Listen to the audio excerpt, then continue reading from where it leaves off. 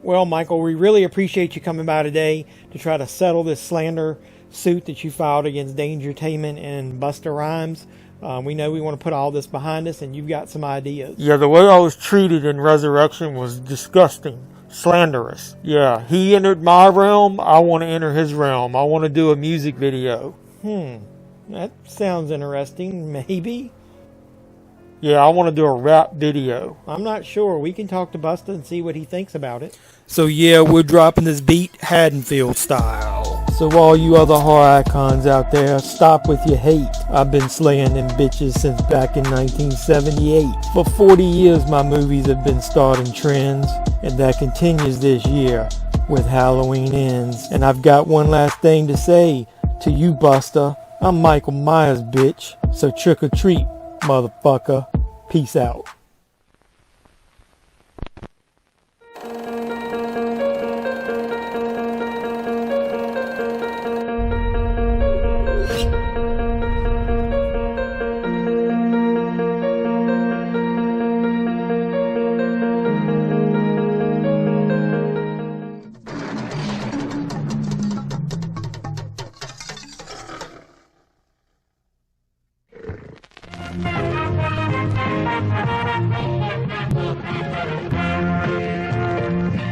So what's going on, YouTube and Halloween fans, and welcome back to the HalloSCREAM 2022 review series, where your pop culture reporter, JeffMan316, will review every film in the Halloween movie franchise leading up to October 14th. And you know what date that is.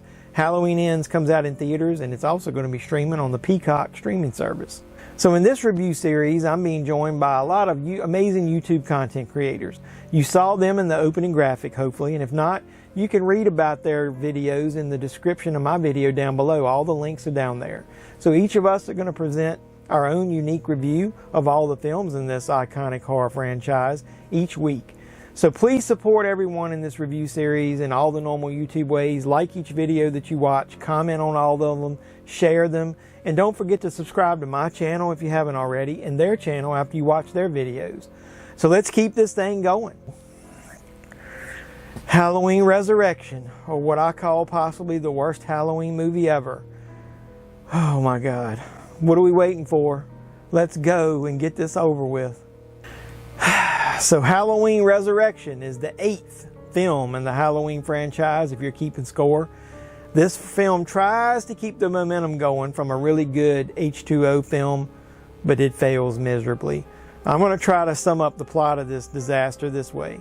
3 years after he last terrorized his sister, Michael Myers confronts Laurie once again before traveling to Haddonfield to deal with the cast and crew of a reality TV series which is being broadcast from his old home.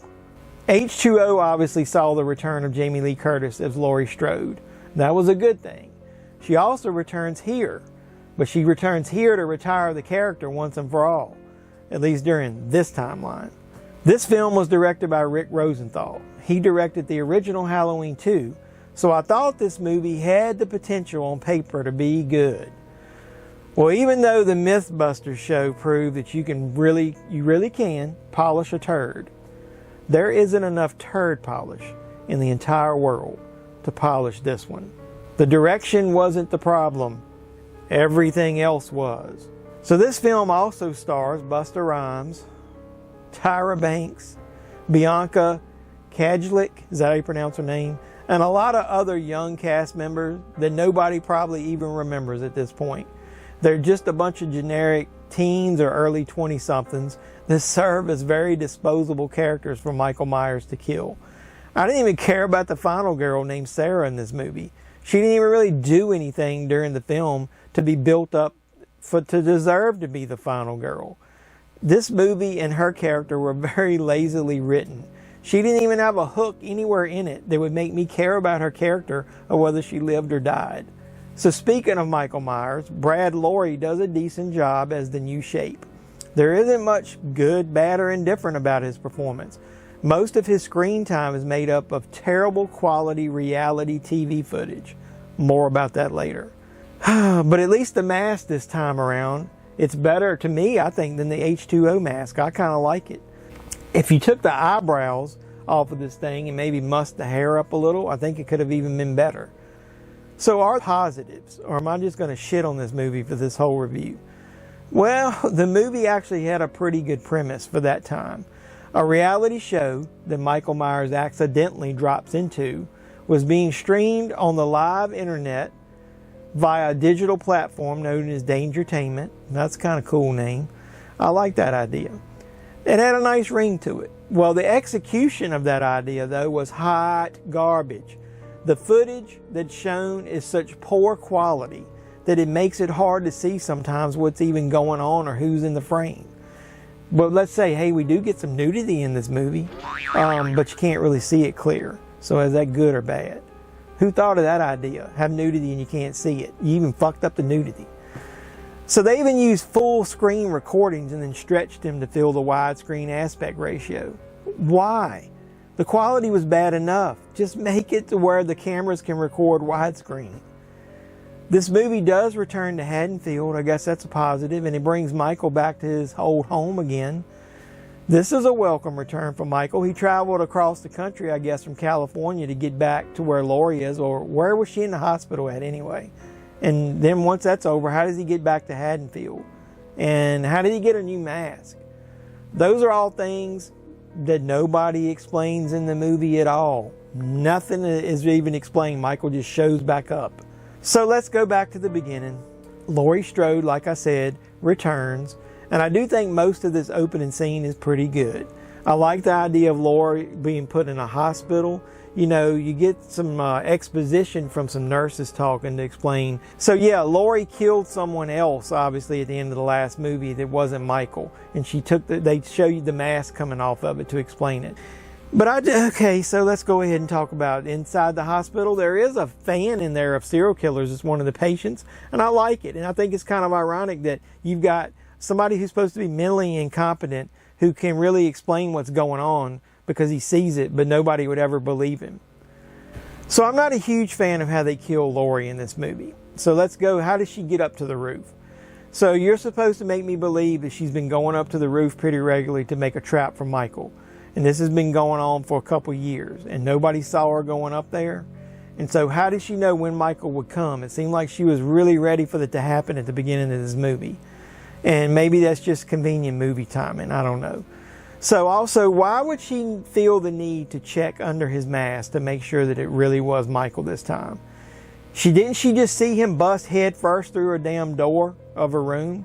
Didn't she see him running after her with a knife in his hand? I don't know. So after hearing Jamie Lee Curtis talk about this film back then, I'm not so mad about how they killed her off at the beginning of this one, because I guess that's what she wanted to happen. And I guess now that you think about it, it was a nice twist to have Laurie killed at the beginning, but it's the rest of the movie that you have to be mad at and we have to think about now. So I'm not even going to spend a lot of time explaining why the rest of this movie is so damn bad. You can sum it up in 2 words. Busta fucking Rhymes. Wait a minute, that's 3 words. All right, Busta Rhymes. And not just the actor himself. He actually did a decent job, if you ask me. Whoa, whoa, whoa, stop the hate. Just look.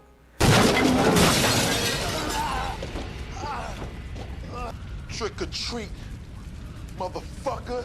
The fact that his character is even in the movie shows that the writers had no concept of what to do with this film. He shouldn't even be in here.